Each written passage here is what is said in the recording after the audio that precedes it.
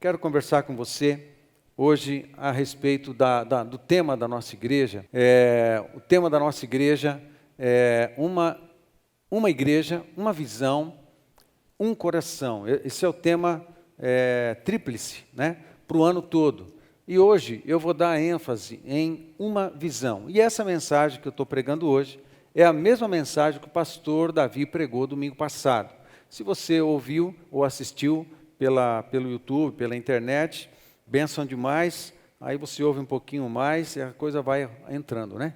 Cada vez mais, então é bênção, não tem problema a gente repetir os ensinos. E convido você a caminhar comigo nessa explanação que a gente vai dar a respeito de sermos uma igreja com uma visão, uma comunidade com uma visão. Nós temos uma visão. Amém, queridos? Baixe tua cabeça, vamos orar um pouco, por favor. Senhor, nós te agradecemos porque diante do teu povo, na tua presença e com a palavra de Deus aberta, eletrônica, mas aberta, e a tua palavra, nós queremos ouvir a voz do teu Espírito, queremos que o Senhor conduza nossos pensamentos e nosso coração, e o Senhor acrescente na nossa vida revelação, entendimento e a importância de sermos um povo com uma visão, mas um povo engajado na visão da comunidade. Ó Deus, nós entregamos ainda ao Senhor um pouco mais da nossa vida, da nossa atenção, sujeitando nossos pensamentos ao Teu Espírito, pedindo que o Senhor é quem ministre em cada um de nós, segundo aquilo que o Senhor quer e a necessidade de cada um, e eu por tudo isso oro muito, muito agradecido, no nome de Jesus. Amém.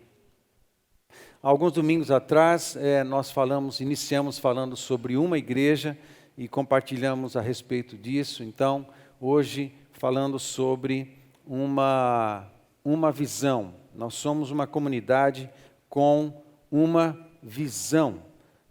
E para começar a falar sobre isso com você, eu quero ir para Atos capítulo 4, verso 32. Tem um texto que eu me referi na mensagem quando preguei sobre sermos uma igreja. Atos 4, 32. Da multidão dos que creram, era um o coração e a alma. Parece que a unidade, né, na comunidade de Deus, é uma das chaves que nós temos para usar e precisamos nos esforçar pela unidade, trabalhar pela unidade, cooperar com a unidade do corpo, da comunidade, porque a unidade, ela é um valor, é um princípio bíblico, é um princípio do reino dos céus, do reino de Deus, é um princípio que abre o céu sobre nós. Salmo 133, né? O texto tão conhecido, a bênção do Senhor é liberada na unidade, é liberada na comunhão.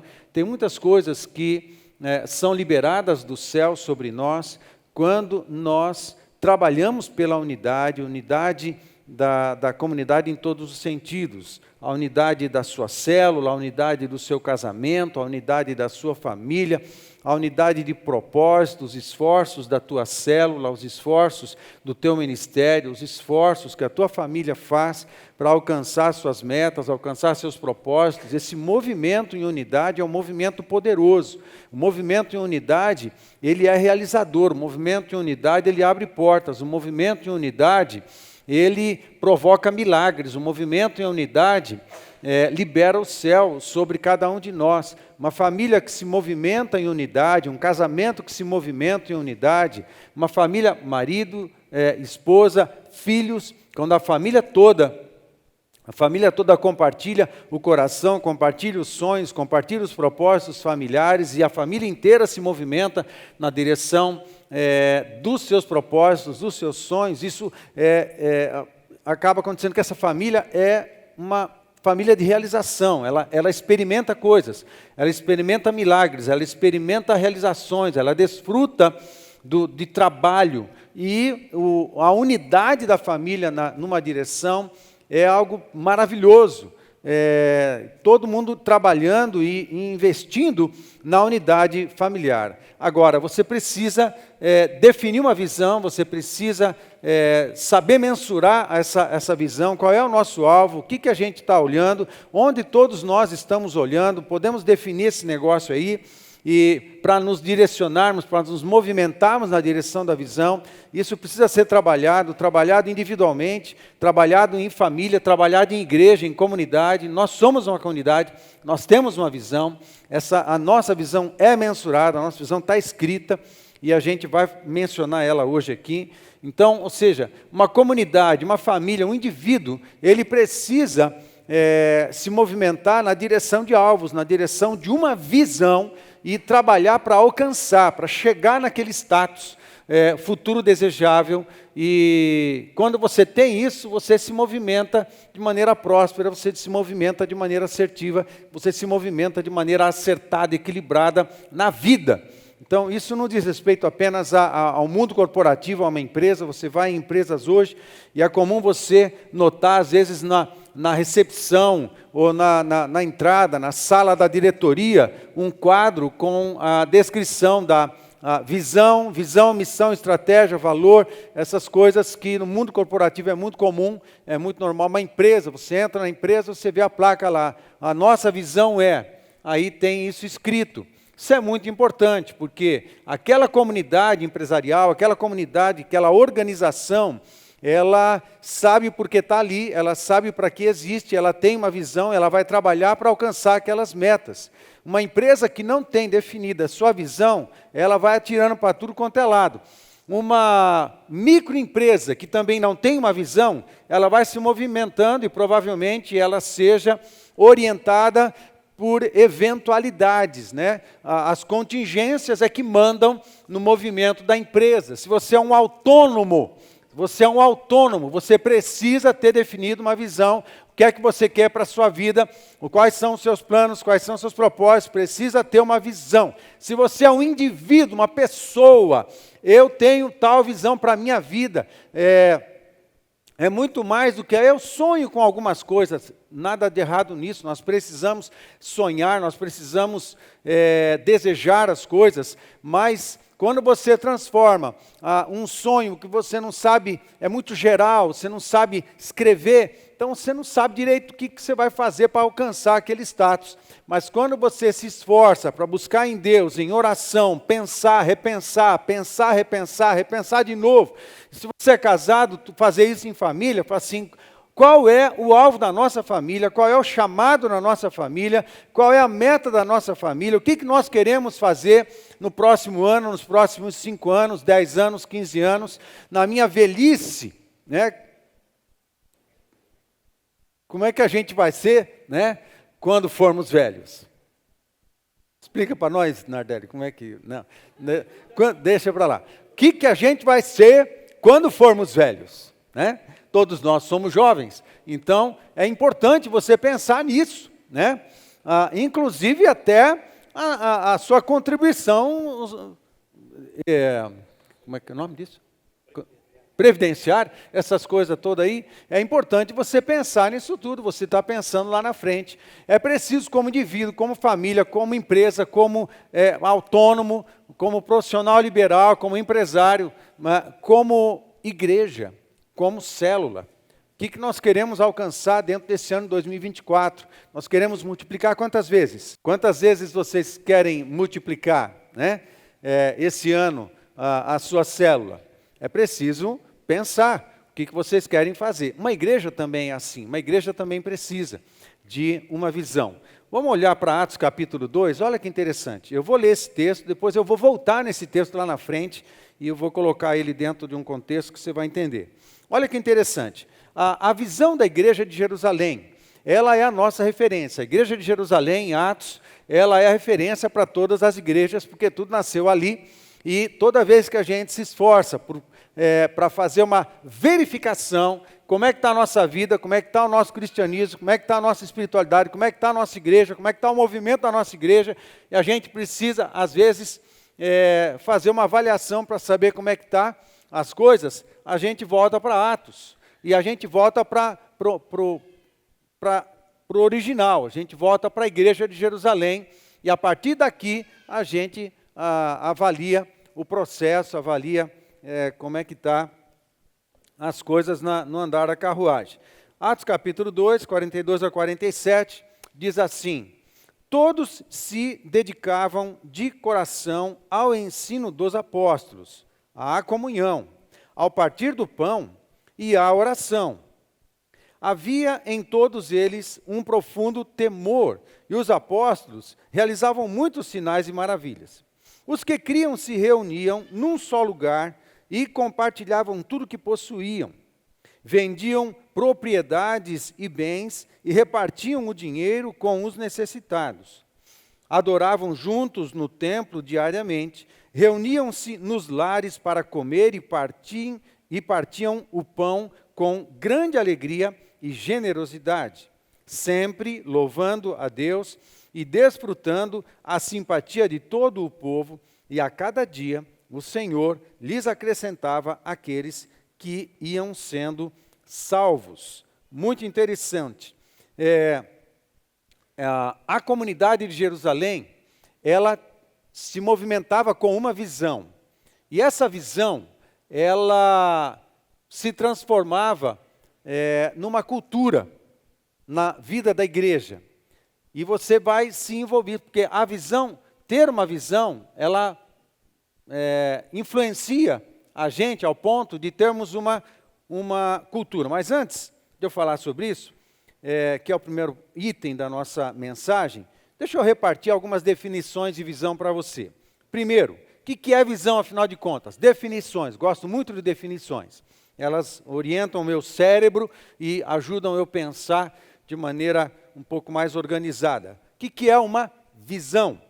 É o processo pelo qual o nosso cérebro interpreta a luz que atinge os olhos, formando uma imagem mental do ambiente. Ok? Um pouco elementar, mas a gente precisa ler um negócio desse, né? Você não formula uma frase dessa, né? Assim, sem trabalho e sem esforço. Segunda definição de visão: uma imagem mental de um futuro desejável. Essa segunda definição é geralmente a definição que as empresas, o mundo corporativo usa para pensar a sua declaração visionária, né? Então, dentro desse aspecto aqui, uma visão, uma imagem mental de um futuro desejável. Você precisa visionar alguma coisa, você precisa visionar um lugar, às vezes, você precisa visionar um status, aonde você vai chegar, vai direcionar o teu movimento, a tua caminhada, e todo o movimento na direção desse status, na direção dessa visão. Muito bem. Uma outra forma de você dizer, por Jonathan Swift: visão é a arte de ver coisas invisíveis. Isso é maravilhoso. A gente que trabalha na classe de liderança, a gente fala isso, que o líder, ele enxerga o que ninguém está enxergando, ele enxerga por cima do muro, ele vê atrás das coisas, ele vê além. A liderança tem que ter esse aspecto. Quem exerce liderança precisa enxergar e ver o que ninguém está vendo, né? Mas não só no contexto de uma igreja ou de uma empresa, na sua casa, no seu trabalho. Quando você exerce liderança na sua casa, você enxerga possibilidades, enxerga o que ninguém está vendo, enxerga o que naturalmente não se pode ver, mas eu estou vendo o que a gente pode alcançar, o que a gente pode realizar, o que a gente pode fazer juntos. Como é que a gente vai estar, depois da gente investir recursos, saúde, tempo, na construção de algo, eu consigo enxergar o que é que está por trás da impossibilidade. Eu consigo transpor todas essas coisas. Um líder de uma corporação, de uma empresa, um líder na igreja, um líder de célula, um supervisor, um pastor, quem exerce liderança, precisa lidar com isso o tempo inteiro, enxergar o invisível. Ninguém está vendo nada, mas a gente sabe. Eu sei, eu estou vendo. Lá na frente eu estou vendo. E a gente vai nessa direção aí. Então, um líder enxerga o que ninguém está enxergando, né? Outra coisa, uma definição de George Barna. George Barna escreveu dezenas de livros, o Instituto Barna, nos Estados Unidos, trabalha muito com liderança, e nos anos 2000, 90 e 2000, o Instituto Barna, ele distribuiu livros e conteúdos para o mundo inteiro a respeito de liderança, e vale a pena, tudo material de qualidade. E ele diz assim: o cristão de visão é aquele que avalia o passado, vive no presente, mas pensa no futuro. A gente está sempre de olho naquilo que está diante de nós. A gente, muitas vezes, precisa botar o passado na cruz, precisa botar o passado lá na cruz do Calvário, e a gente se posiciona bem no presente, fora, sem as bolas de ferro do passado. Amém, gente? Sem as bolas de ferro do passado, quebrando as correntes dos vínculos do passado, das feridas do passado, das injustiças do passado, dando perdão para quem a gente tem que perdoar, se desvinculando das inhacas do passado, ficando livre no presente, para do lugar aonde eu estou, eu mirar num futuro, um futuro desejável, um futuro inspirado, um futuro revelado pelo Senhor, a partir do conhecimento da palavra de Deus e andando com o Senhor, a partir do presente. Não preso no passado, eu salto na direção, eu me movimento na direção, com uma boa consciência da realidade presente, eu sei onde eu estou. E para chegar aonde eu quero chegar, tem uma caminhada. Não tem a ver com sorte, com os outros dar certo comigo, não. Tem a ver com trabalho, tem a ver com movimento, tem a ver com determinação, tem a ver com esforço, tem a ver com o que você vai fazer para chegar lá e transpor todas as dificuldades para chegar na visão. Amém?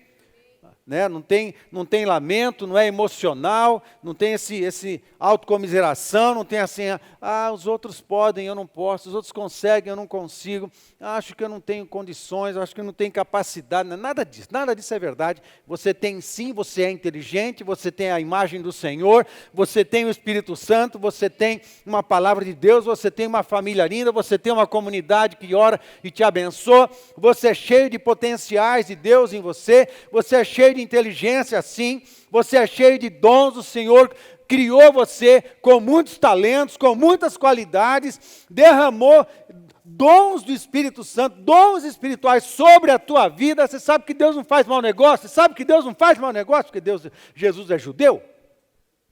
Judeu não faz mau negócio? Sabe que Jesus é judeu?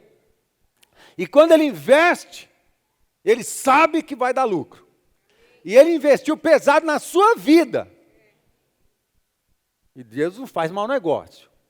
Ele investiu pesado na sua vida, não apenas para te resgatar, e confiou o seu nome para você, e ainda derramou um monte de dons e talentos sobre a tua vida, porque Deus olha para você e vê o que você é, todos os seus potenciais. Você é uma pessoa abençoada, especial, você é cheio de graça, você é cheio de unção, sim, você é cheio de dons e cheio de possibilidades. Se você é cidadão do reino dos céus, não existem impossíveis para você. Paulo Madsen, que a pastora se referiu, Deus deu uma fórmula, posso acrescentar o testemunho? Deus deu uma fórmula para ele, de um produto de vedação branco, que não existia no mercado no Brasil, não existia. Um produto de vedação branca. E Deus deu a fórmula para ele num sonho. Ele acorda, anota a fórmula, vai para o laboratório, a partir da fórmula, cria o seu produto, viu que resultava, ele criou um projeto, mandou para Brasília, e quando eles devolveram o projeto, aprovado para poder comercializar e produzir esse produto que não existia, veio com uma observação. E a observação foi a seguinte: todos os projetos que chegam em Brasília precisam de correção, precisam de ajustes. E, às vezes, essas correções e esses ajustes, até que o produto seja perfeito, a fórmula seja perfeita, às vezes demoram anos. Mas a sua fórmula chegou perfeita, porque foi Deus que deu, né? Deus não ia dar um negócio meia boca para o camarada. E Deus deu a fórmula perfeita para o Paulo Madsen. E quando ele começou a comercializar um produto que não existia no Brasil, foi quando Deus tirou ele da falência. Ou seja, não importa se você é um cidadão do reino dos céus, você está cheio de possibilidades, você está cheio de dons, você está cheio de capacidades e forças. Até quando o diabo fala para você que você não pode, que você não tem condições, que você é fraco, que assim, o diabo sempre mente. Quem sabe que o diabo é mentiroso? Quem sabe que o diabo é mentiroso? Então, não dá bola. O fato é que Deus fez você cheio de possibilidades. Cheinho de possibilidades. Amém, queridos? A gente está sempre de olho no futuro, porque tem sempre coisa linda diante de nós. E sempre o que está diante de nós é melhor. Porque a gente está crescendo. Sempre o que está diante de nós é melhor. Amém? Muito bem.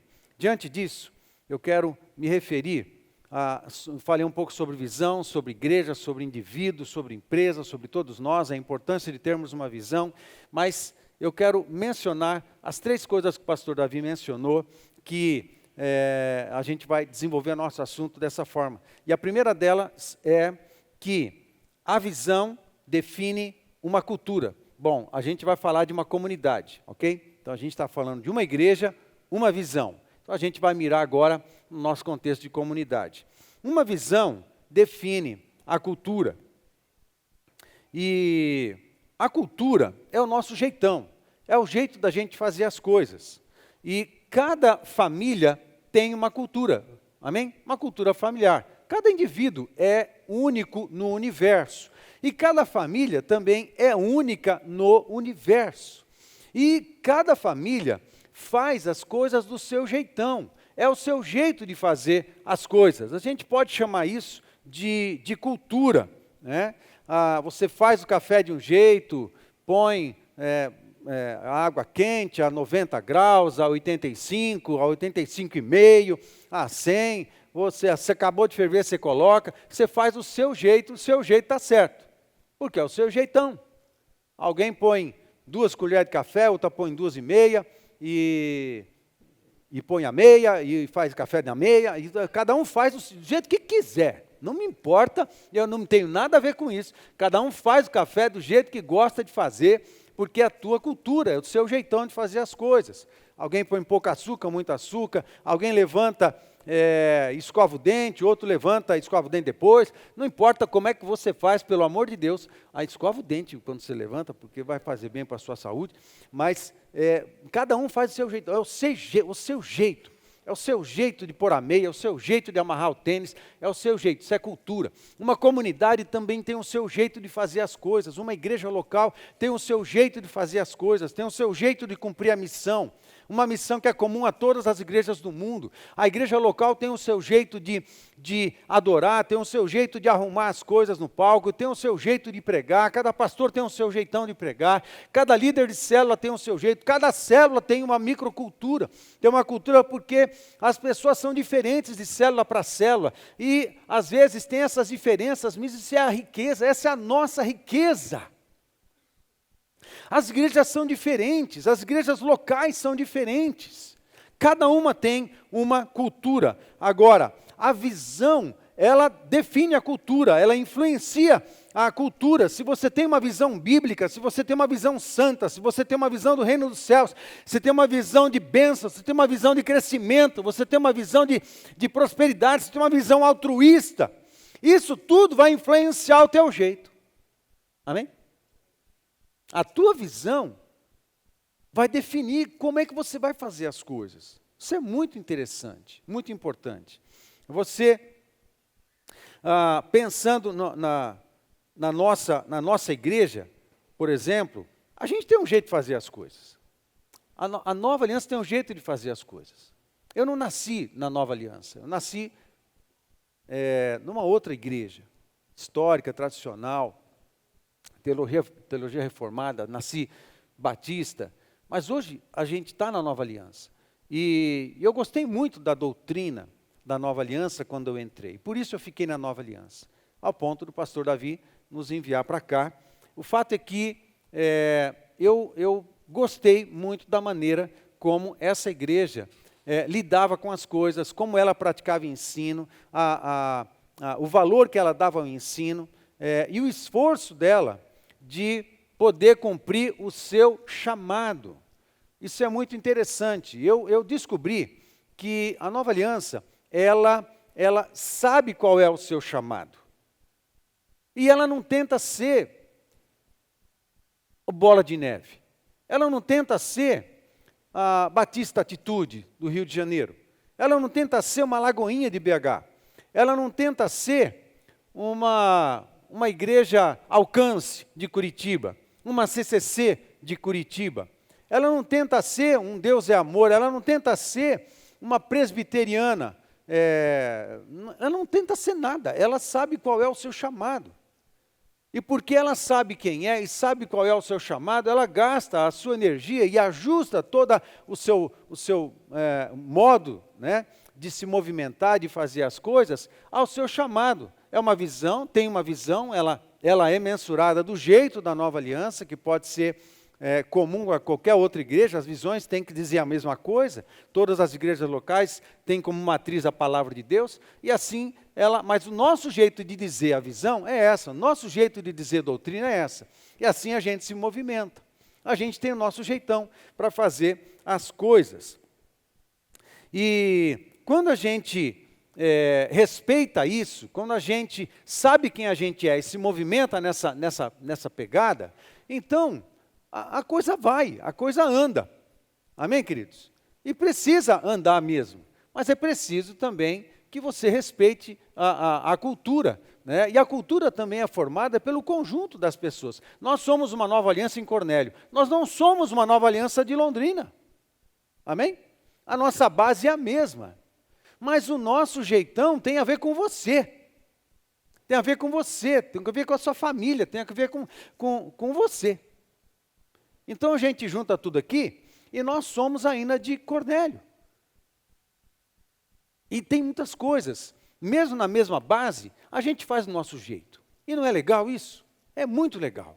E não há nada de errado nisso. Evidentemente, eu não estou falando de linha doutrinária, eu não estou falando de direções contrárias àquelas que vêm daqueles que são os nossos pastores, eu não estou falando nada disso. Estou falando do nosso jeito de fazer as coisas. Ok? Lá eles fazem células de crianças. Aqui nós usamos o material de ensino. Porque aqui é diferente. Aqui tem classinhas agora. Então isso está acontecendo. E o material que as crianças estão usando é um material maravilhoso. Lá em Londrina eles não têm isso. Mas nós temos aqui. Ótimo, é assim que a gente funciona. É assim que a gente está investindo nas nossas crianças. A gente tem o nosso jeitão, né? E é muito importante a gente respeitar esse nosso chamado. Mesmo assim, todos nós temos uma visão. Olha que interessante, sobre visão, sobre a necessidade de termos uma visão e poder mensurar e poder respeitar o nosso chamado e entender a nossa cultura, a gente vai para Provérbios 29, 18, e em algumas versões a gente encontra o seguinte. Na versão atualizada, a gente encontra o segundo, Provérbios 29, 18. Não havendo profecia, o povo se corrompe. Na NVI, onde não há revelação divina, o povo se desvia. Na versão Jerusalém, quando não há visão, o povo não tem freio. Na versão Mensagem, se as pessoas não podem ver o que Deus está fazendo, elas tropeçam em si mesmas. É muito interessante. O autor de Provérbios, nessa parte aqui, está dando ênfase na necessidade de termos uma visão. Na versão de Jerusalém, que é linda, quando não há visão, o povo não tem freio. Mas nós temos uma visão. E eu quero mencionar, lembrando que a igreja de Atos, ela funcionava dessa forma, ela tinha uma visão, e essa visão influenciava a cultura dela, eu quero pensar com você, falamos de visão, me permita repetir, isso é didático para mim, inclusive, porque eu vou me organizando. Nós temos uma visão, nós temos uma missão, nós temos uma cultura, nós temos um jeito de fazer as coisas. Tudo isso é importante de cada um de termos, não apenas como indivíduo, como empresa, mas como comunidade, e temos. Agora, dentro dessa ideia, olha como a Bíblia é estruturada, como a Bíblia é linda, olha como o Espírito Santo inspirou essas coisas maravilhosas, que vão fazer muita diferença se você tiver isso na sua vida. Na sua vida. Deixa eu abrir um parênteses. Você foi criado com um propósito, você foi criado pelo Senhor, você tem um chamado, você é uma pessoa cheia de possibilidades. Mas se individualmente, você não tem consciência, não tem ciência, não sabe escrever sobre o seu chamado pessoal, então talvez você vá vivendo ao vai da valsa, né? Você vai vivendo por contingência. As questões situacionais acabam dando os nortes da sua vida. Você não está mirando um alvo, você não está se movimentando numa direção. Aí você fica refém das situações, você fica refém das contingências, você fica refém dos problemas. Estoura um problema, você foca ali. Estoura um problema ali, você foca ali. Quebrou um carro, você foca ali. Gasta um monte de energia emocional com relação ao problema que deu no carro, e agora você vai gastar grana, mas você dedica um monte de energia emocional para um problema. Aí você conseguiu resolver um problema, e você vai tocando a vida, aí aparece um outro problema, um desafio, um desejo. Vamos sair de férias no final do ano, a gente não sabe para onde, mas a gente não tem verba, vamos ver se a gente consegue guardar um dinheirinho para sair para passear no final do ano e tal, mas aí você não consegue um mês, não consegue 2. Então, uma pessoa que não tem uma linha direta, não tem um caminho certo, uma visão pessoal definida, é uma pessoa que fica cambaleando de situação em situação, resolvendo problema atrás de problema, e você não tem uma linha que você está se movimentando na direção de um alvo, na direção de uma visão. O que acaba acontecendo? As pessoas que têm essa situação, o que acaba? Um problema consome muito dela. Amém? Estão comigo, gente? Estoura um problema aqui. Esse problema consome todo tipo de energia que você tem. Consome sua grana, consome sua energia emocional, consome sua energia mental e ao desgaste, ao cansaço. Pá! E você tem que resolver aquilo lá. Você tira o foco. Aí, se você tem um foco, peraí, a gente tem uma meta, a gente está trabalhando por alcançar um alvo, mas tem isso aqui para resolver, vamos resolver. Porque quando você tem uma meta, você tem uma visão, você tem algo, um status futuro desejável e que ele é revelado pelo Senhor, tem a ver com o seu chamado, tem a ver com o teu lugar no reino de Deus, você tem aquilo como meta, como alvo, e os problemas que acontecem na caminhada, eles não te param. Você sabe para onde você está indo, porque você tem a cabeça levantada para o alto, e você segue.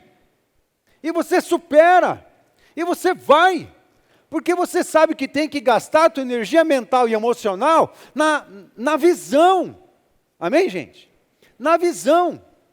Mas se você não tem isso, as situações e os problemas localizados te consomem grandemente, e você gasta a sua vida. Aí você vem para a igreja. Presta atenção nisso.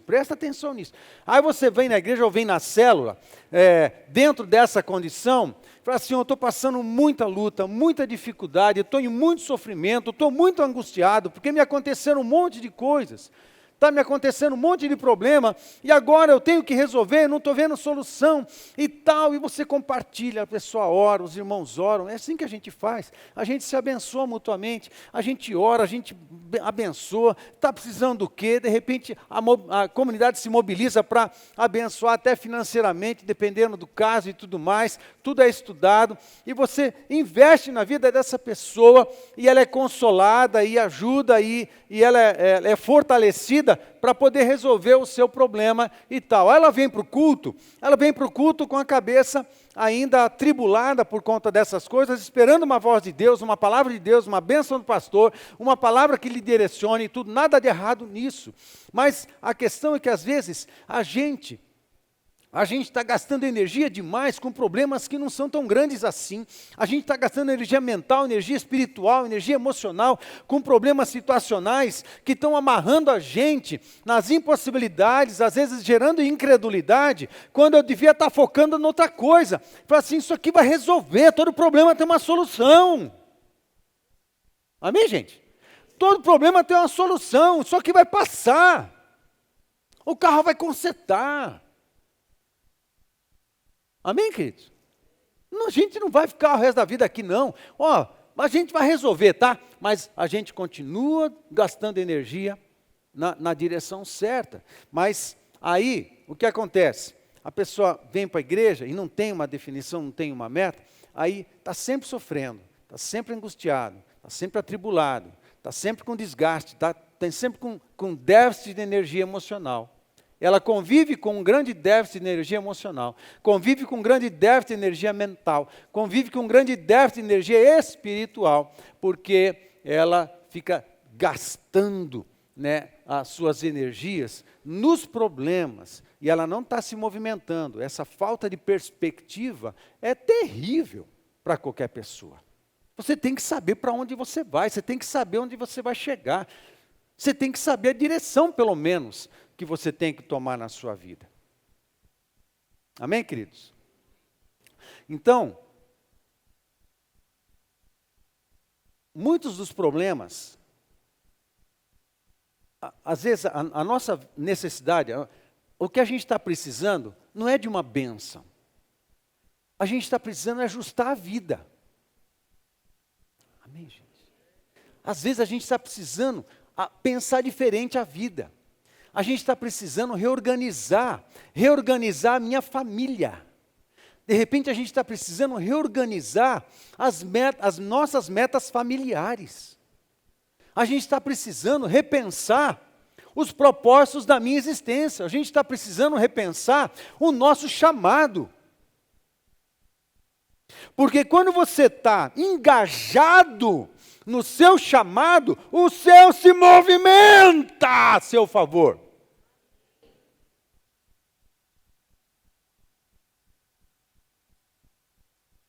Sabe aqueles textos do Novo Testamento que fala tudo que você orar, Deus vai atender? Sabe? Que você lê, depois passa correndo, porque você não entende, mas você não quer voltar, porque... Sabe? Jesus ensinando os seus discípulos, ali na ceia, tudo que vocês pedirem ao Pai em meu nome, isso farei. Você já teve oração não respondida? Oração que você ainda está orando e Deus ainda não respondeu? Qual é o problema? Com o texto, nenhum. O texto não tem nenhum problema. Mas a gente tem que usar um princípio de interpretação bíblica.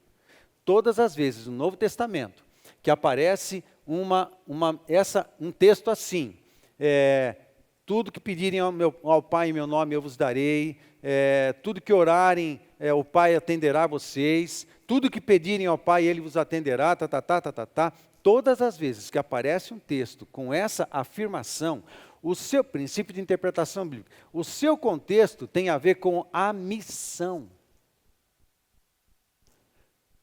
O cumprimento da missão, do propósito, cumprimento do seu chamado. Isso significa que se você tiver no seu chamado, tudo que você pedir ao Pai, o céu vai se movimentar e cooperar com você, porque você tem uma meta, ela não é egoísta, ela é altruísta. Tem a ver com o cumprimento do seu chamado. Agora, se você não está engajado 100% no seu chamado, na sua vocação, e você fica pedindo um monte de coisa, o céu olha lá de cima e fala assim, não dá. Não dá porque o texto está dizendo que o céu se abre plenamente, grandemente, sobre aqueles que estão gastando a sua vida no seu chamado. Amém? Quem está fora do seu chamado, não sei se você entende o poder disso. Isso pode arrumar a sua vida para sempre. Isso pode arrumar o seu coração para sempre. Isso pode lhe trazer saúde mental para sempre. Você ser uma pessoa absolutamente ajustada. Ajustada na existência, ajustada no reino dos céus, ajustada à vontade do Senhor. Porque você sabe qual é o seu chamado, você tem uma visão de Deus, você sabe escrever ela. Não é fácil fazer isso não. Não é fácil fazer isso não. Você tem que começar a trabalhar até chegar a um ponto de você poder escrever a visão da sua empresa, a visão da sua vida, da sua família. Você tem que levar em conta todo um conjunto de características e dons que Deus já derramou sobre você, quem você é uma questão de entender a sua identidade, o seu lugar no contexto da existência, no contexto do reino de Deus, os dons que Ele te deu, é um conjunto de coisas. Não é tão fácil, mas é possível. Mas o fato é que quando a pessoa se põe a trabalhar para descobrir essas coisas, e ela sabe dizer, ela fala assim, o meu chamado é esse, agora eu vou gastar a minha vida nesse negócio aqui. Meu irmão, você vai parar de gastar energia emocional e mental com um monte de coisa que vai ficando pelo caminho, e você está numa direção, aí o céu vem com você. Puf. Amém? Amém? A gente segue. Olha que interessante, fecha parênteses. Olha que interessante, Hebreus capítulo 12, nos versos 1 e 2. Portanto, também nós, visto que temos a rodear-nos tão grande nuvem de testemunhas, desembaraçando-nos de todo o peso e do pecado que tenazmente nos assedia, corramos com perseverança a carreira que nos está proposta. Percebe a ideia de movimento no verso 1? Amém? Percebe a ideia de movimento no verso 1? Movimento. E a gente está no meio do mundo, a gente está no meio de muitas testemunhas, a gente não está sozinho.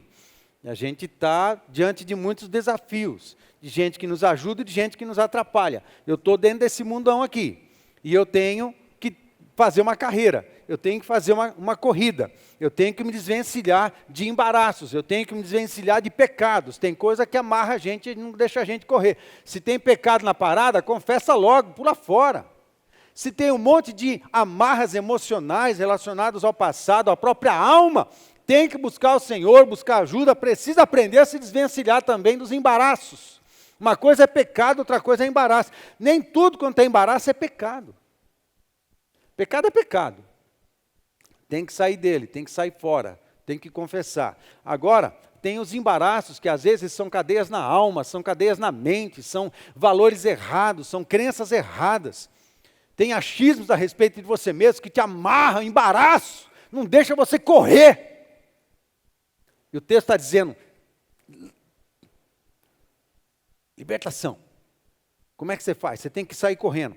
Você tem que correr na sua vida com perseverança, uma carreira que está proposta. Está proposta? Como assim está proposta? Por quem?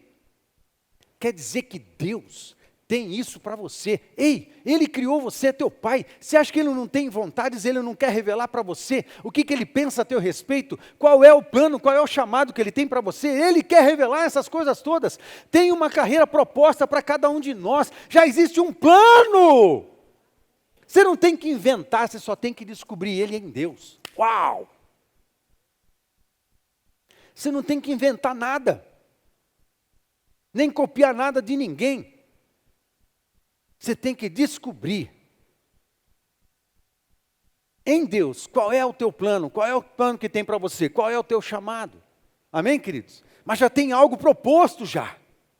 E parece que Deus, a visão que eu tenho é, Deus está com um negócio escrito aqui, que é a proposta para a sua vida, e Ele está olhando para você assim, e está olhando aqui, olhando para você, olhando aqui, olhando para você, olhando aqui, olhando para você, sabe, na hora que você vai buscar Ele, para Ele poder revelar isso para você. E quando você entender isso, a maioria dos seus problemas vai acabar, porque você é uma pessoa que sabe quem é, sabe onde você quer chegar, tem uma carreira, você visiona o caminho e você vai. Agora olha o verso 2. Corramos com perseverança a carreira que nos está proposta, verso 2. Olhando firmemente para o autor e consumador da fé, o qual, em troca da alegria que lhe estava proposta, suportou a cruz, não fazendo caso da ignomínia, e está assentado à destra do trono de Deus. Qual é a visão que o autor de Hebreus dá para a gente olhar? Ele fala assim, olhando o autor e consumador da nossa fé. É um status desejável. Quando você tem uma visão, você tem uma carreira, você tem um caminho para chegar lá, tem um lugar para chegar. Olha que interessante. No verso 2, o autor, ele fala, é Jesus, e ele também fala o lugar que ele está. O lugar que ele está é o trono. É o alto, é o céu. Tem que mirar em Jesus. Por que tem que mirar em Jesus? Porque ele é o padrão de homem, ele é o padrão de humano para todos nós. Ele é o padrão de filho. Ele é o padrão de missionário. Ele é o padrão de irmão, de família. Tem que focar em Jesus. Tem que buscar em Jesus. A igreja é o corpo de Cristo. A igreja é o corpo de Cristo. Sabe o que Jesus faz? Ele distribui pequenas porções dele mesmo para toda a comunidade. São os dons espirituais. São as pequenas virtudes de Jesus que ele distribui para todos nós. Juntos nós somos uma comunidade chamada Corpo Vivo de Cristo. E juntos nos movimentamos na direção de Jesus, na direção do seu chamado, na direção do seu ministério, das missões que ele deixou para nós. A gente foca em Jesus. Porque tudo nessa vida, todo o conjunto de recursos e de dons e capacidades que ele distribuiu para nós, tem a ver com a eternidade, tem a ver com o trono de Deus, tem a ver com o céu. Amém? Tem a ver com as coisas eternas. E ele nos dá a visão. A gente foca em Jesus. Ele é que vai nos dar a revelação. Ele é que nos coloca no lugar certo na existência. Ele que nos coloca no lugar certo pelo Espírito Santo na comunidade. Ele é que visiona e sonha a nossa família do jeito que ela é no coração de Deus. Do jeito que ela é no coração de Deus. Amém? Do jeito que a nossa família é no coração de Deus. Senhor, como é que o Senhor pensa a minha família? Ele revela essas coisas para nós. Então, ele fala de visão. Aí quando você vai para Mateus capítulo 28, nos versos de 18 a 20, diz assim, Jesus aproximando-se, falou-lhes dizendo, toda autoridade me foi dada no céu e na terra, ide, portanto, fazer discípulos, tem a ver com fazer, isso é missão. Quem é do mundo corporativo sabe esse negócio de visão, missão, estratégia, valor? Essa é a missão, é o que fazer. A gente foca em Jesus, e ele dá uma ordem, toda autoridade foi dada no céu e na terra, ide, portanto, e fazei discípulos de todas as nações, batizando-os em nome do Pai, do Filho e do Espírito Santo, ensinando-os a guardar todas as coisas que vos tenho ordenado, e eis que estou convosco todos os dias até a consumação do século.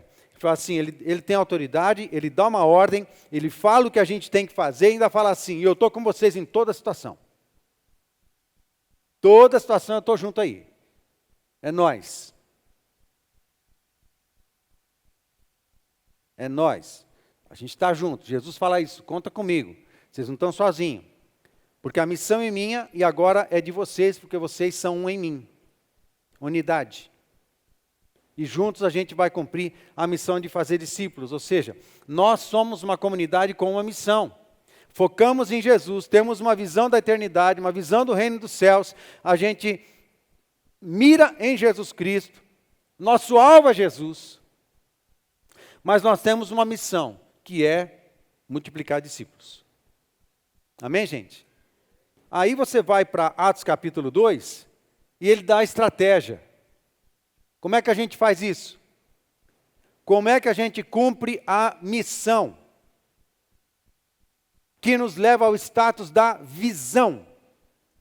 Atos capítulo 2, 42 a 47. Vou reler o texto. porque aqui está a estratégia. Ok? E perseveravam na doutrina, tem a ver com a cultura, que é como é que eles faziam, como é que eles se reuniam, o que acontecia nos ajuntamentos, como é que a gente vai fazer as coisas, como é que a gente vai ser igreja. É a nossa cultura, é o nosso jeitão. E perseveravam na doutrina dos apóstolos e na comunhão, e no partir do pão, e nas orações. Em cada alma havia temor. 42. Perseveravam na doutrina, conhecimento. Na comunhão, relacionamento, horizontal. O partir do pão, orações, horizontal. Partir do pão é ceia, comunhão. Orações coletivas, orações pela comunidade, um pelo outro. Em cada alma havia temor. Não é só uma questão coletiva, é uma questão pessoal também. Em cada alma, interessante. E muitos prodígios e sinais eram feitos por intermédio dos apóstolos. Havia um poder que pairava sobre essa comunidade da visão. Havia um poder que pairava sobre essa comunidade da missão. Havia um poder que pairava e se manifestava e movimentava essa comunidade, a comunidade que está engajada no seu chamado. Amém, gente?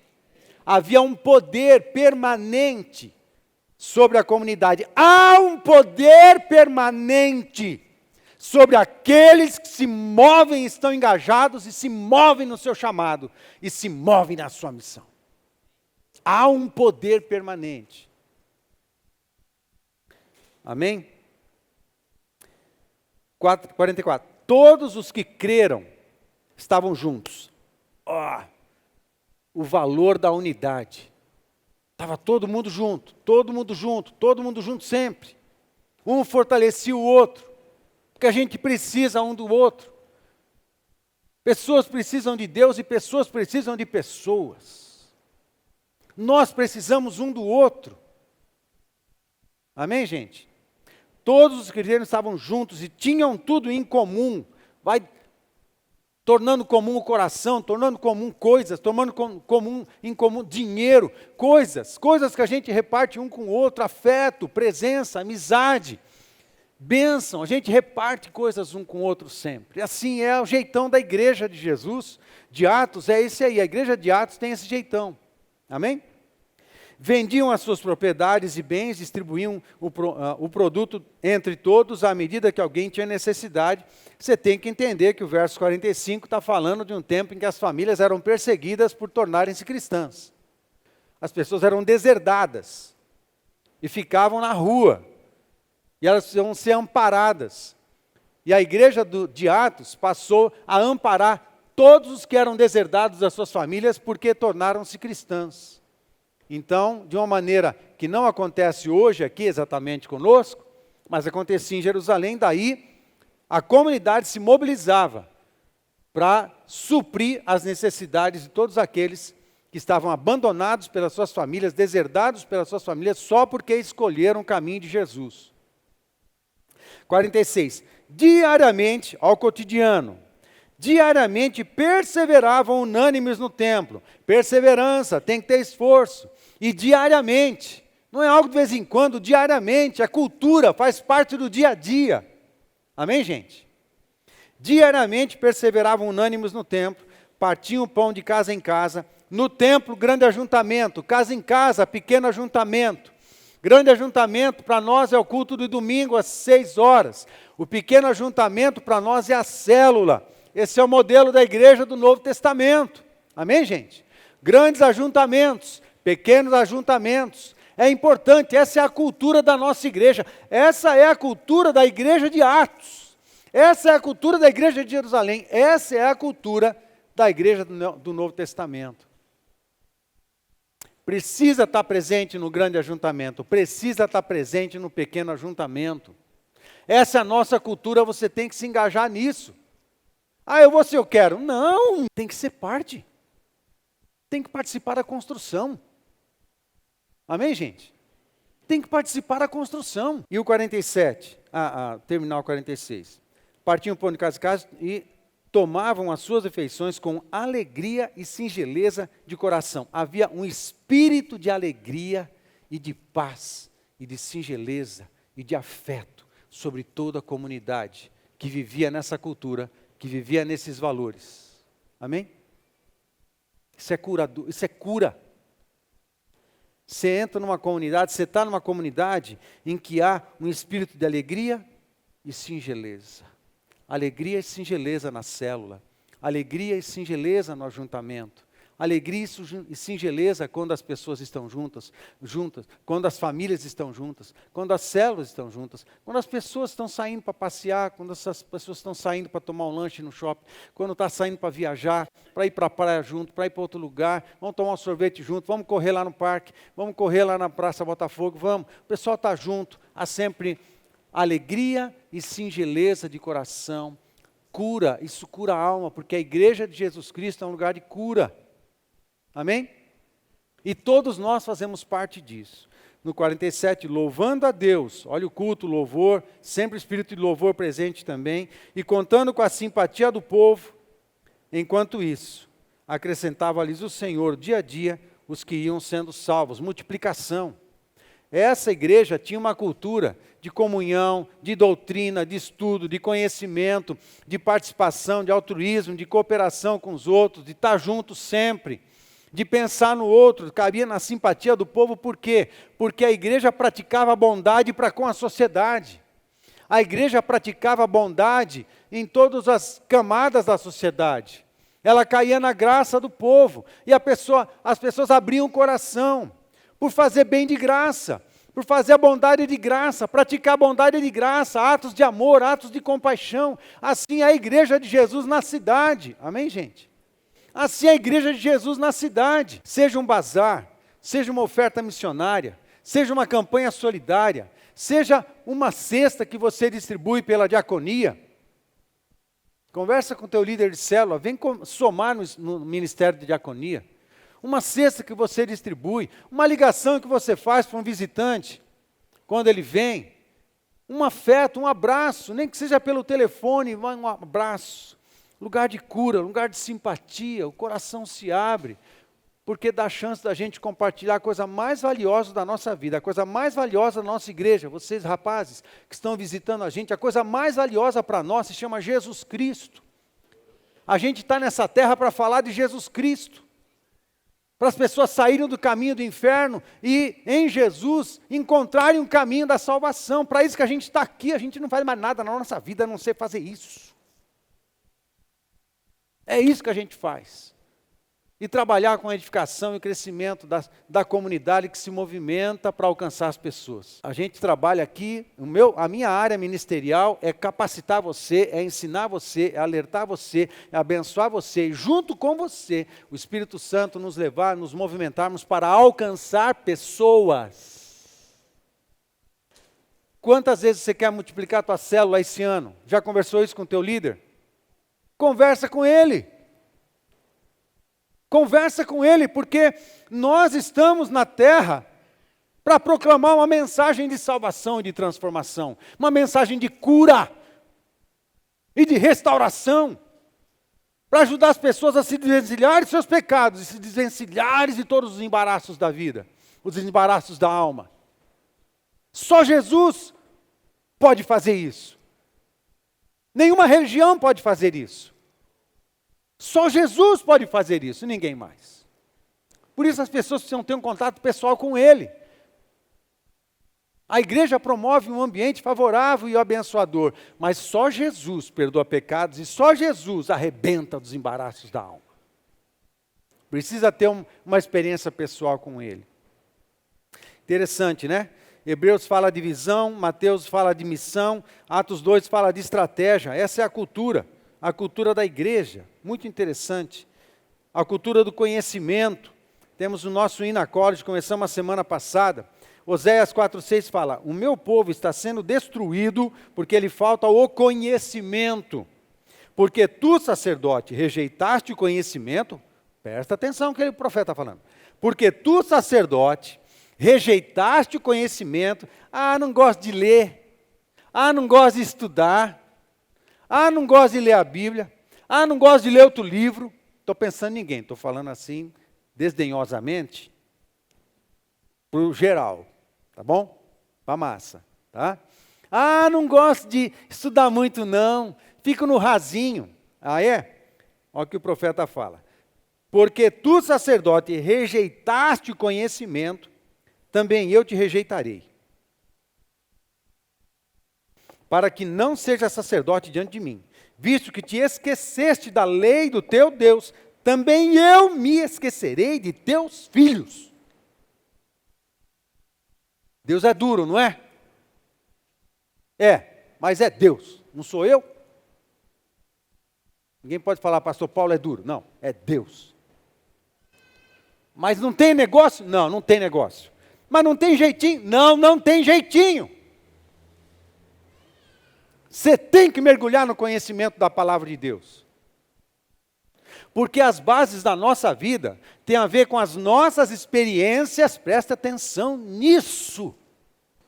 As bases da nossa vida têm a ver com as nossas experiências com o Senhor, e tem a ver com o conhecimento da sua palavra e da sua vontade. Crenças. Experiências com o Espírito Santo, experiências com Deus, conhecimento doutrinário, palavra de Deus. Quando vem o vento contrário, quando vem a guerra, quando vem o inimigo, eu não fico refém de nada, porque aqueles que só pensam na questão do sentimento, porque hoje tem uma onda no mundo, é tudo sentimento, todo mundo sente. Ah, eu sinto, ah, eu não senti, ah, eu senti, ah, eu quero me sentir bem, tudo é sentimento, tudo é emocional, exageradamente emocional. Ah, se alguém constrói o seu cristianismo apenas nas bases da experiência e do emocional, e não constrói crenças a partir de conhecimento da palavra de Deus, qualquer vento que bate em você vai te desanimar, e você não tem o conhecimento para fortalecer. O conhecimento é concreto, é ferro. O sentimento é o acabamento. Amém? É o reboque, é o azulejo, é bonito, é agradável, mas quando vem a tempestade, um caminhão bate, não é o reboque que segura a onda, não é o azulejo que segura a onda, é o concreto e o ferro que segura a onda. Amém, gente? A gente não fica refém dos sentimentos, ah, não me senti, ah, não estou sentindo, ah, não senti nada, ah, não sei o quê. Não, a gente não fica refém de nada disso, porque eu sei, crença, doutrina, palavra de Deus, conhecimento bíblico, de uma comunidade que lê a Bíblia todo dia, ora todo dia, e ajusta o seu dia no seu chamado e na sua missão. Amém? Aí a gente vai para uma coisa interessante, olha que interessante, alguns detalhes da estratégia de Atos 2, 42 a 47. Olha que interessante. Eles tinham uma doutrina, olha a organização da coisa, olha como tudo está arrumadinho. Primeiro, uma doutrina muito bem definida. Eles tinham uma doutrina muito bem definida, era a doutrina dos apóstolos. Isso significa que havia um sistema de ensino na igreja. Amém? É a cultura. A igreja tem que ter estrutura de ensino. E tem que oferecer ensino. E a igreja tem que estudar. Todo mundo. Amém, gente? Segundo, um lugar para se reunir presencialmente, no templo e nas casas, para orarem, terem comunhão e serem edificados. No templo e nas casas. Amém? Nós temos isso. Uma hierarquia muito bem definida, com pastores, presbíteros e diáconos, e cada ministério exercendo o seu papel na igreja. Amém? Era assim a igreja de Atos. Ela tinha uma cultura, tinha uma estrutura. Tinha um sistema de pastoreio muito eficiente, onde todas as pessoas eram assistidas, até mesmo as mais necessitadas, principalmente por causa dos grupos pequenos, que eram pequenos grupos de comunhão, de relacionamento. Aí se identificavam os presbíteros daquele pequeno grupo, daquela célula, vinha e trazia para os líderes da igreja, e a comunidade era acionada para suprir a necessidade de alguém que manifestou uma necessidade no pequeno grupo. Amém? Acionava os diáconos, acionava toda a equipe diaconal. Era assim que funcionava. E tinha um processo de membresia, tanto que as pessoas eram contabilizadas, ou seja, números eram importantes para a liderança, porque eles representavam pessoas, porque tinha que ter organização. A igreja tinha organização. Como é que a gente sabe disso?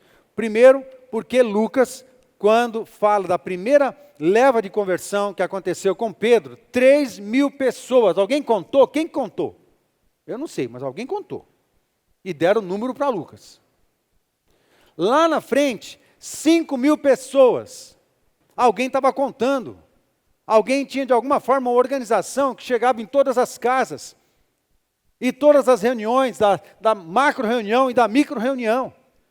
Tudo estava organizado, até um ponto que cresceu tanto e tanta gente foi perseguida e saiu para fugir, que perderam o controle. Aí tem um momento em Atos que a maneira de se referir e a multidão dos que creram, já não tinha mais, dava para contar mais de 7.000, 10.000, 15.000. Aí a referência era a multidão, ou seja, tinha organização. É importante a organização. O nosso aplicativo é uma ferramenta de organização, é uma ferramenta de divulgação, uma vitrine de tudo que a gente está fazendo. O teu líder de célula tem um sisteminha lá no aplicativo que controla a tua presença e a gente fica sabendo aqui quando você vai e quando você não vai. Aham, a gente sabe quando você vai e quando você não vai. A gente sabe, porque a gente está preocupado com você. A gente está interessado em você e na sua vida. A gente quer que você fique bem. Tem uma cultura, a comunidade tem uma cultura do grande ajuntamento e do pequeno ajuntamento, e perseveravam. Amém, gente?